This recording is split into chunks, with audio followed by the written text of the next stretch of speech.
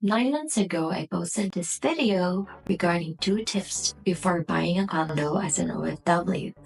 Several comments suggested that buying a lot is better than buying a condo.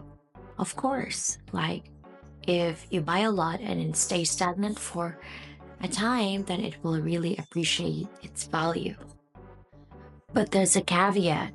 In desperate times, will you be able to sell it with the appreciated value or the new desperate value?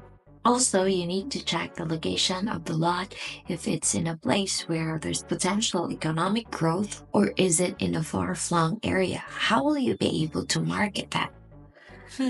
Well, it's all about perspective, I guess.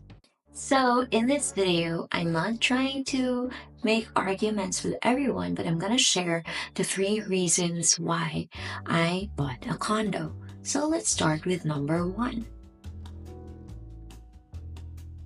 First reason was opportunity. Way back in 2019 when COVID started, everything was down. The selling prices, the market was down. And that gave me an opportunity. Being in Hanoi, we're the first ones to return to normalcy. So I grabbed the opportunity and paid 12,000 pesos for 1.5 years and started renting it out because I got the early in package, and then that rental became the money that I used for the mortgage payment. My second reason was that my guiding principle when it comes to investment would be the investment that remains stagnant is not an investment. So I must always maximize something to its maximum value. For example, when it comes to my skills, I know that I can do it, so I try to learn more and make money out of it. And also when it comes to a lot, when it's just a lot, yes, it appreciates, but what if you invested on it more? So you put up a business and there's more returns. So I want one because I had experience with using Airbnbs before. Then why not make an Airbnb out of it and hosting? And so far so good.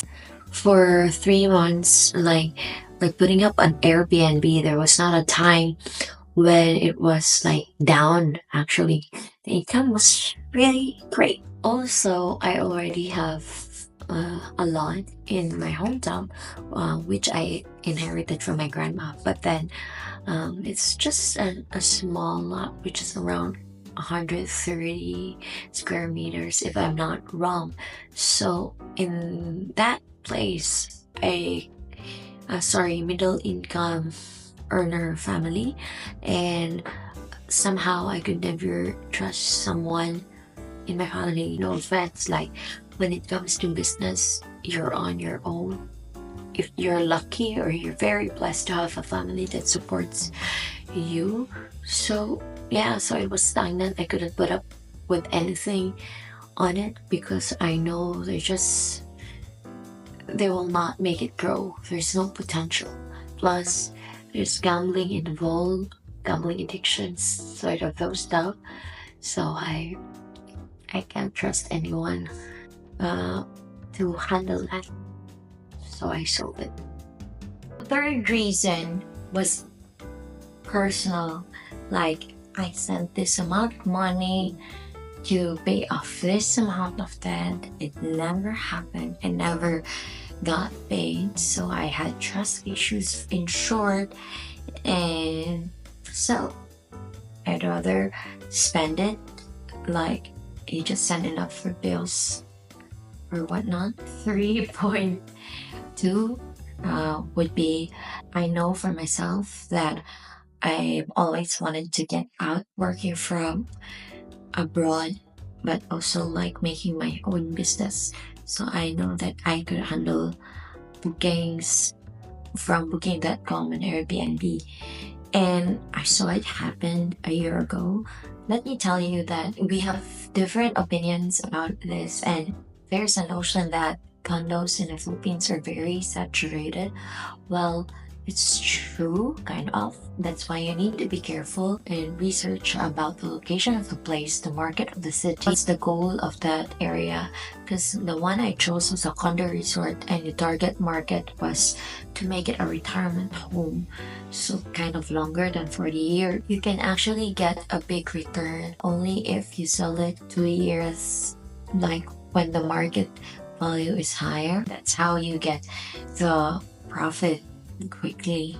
But like doing it for the next 20 years, it takes a lot of hard work for the next 20 years. And in that year, per year, 12 months, the same payable. And you need to learn social media marketing skills and how to handle Airbnbs. But you can always hire someone else to do that.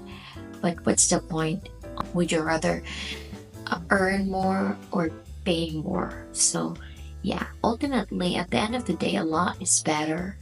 But I've seen like my family members, relatives, they sold properties, like good one, agricultural, an entire mountain or hill, and it was sold lower than the market value because desperate times. Again, land for a lot is ultimately good choice, but since I opted this way, it's because of the skills I already have. So you have to be ready for a lot more of job when you do this. And if you're not ready for that, don't buy and don't start doing it. Aside from that, I know for a fact that I could never afford to build the amenities that I have now in my condo. Buying either both would still take hard work and a lot of capital.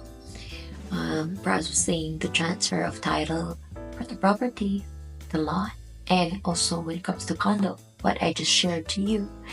And you just choose your heart, I guess. Here's a sneak peek of the 2-bedroom unit that I got in Cebu City near the golf course.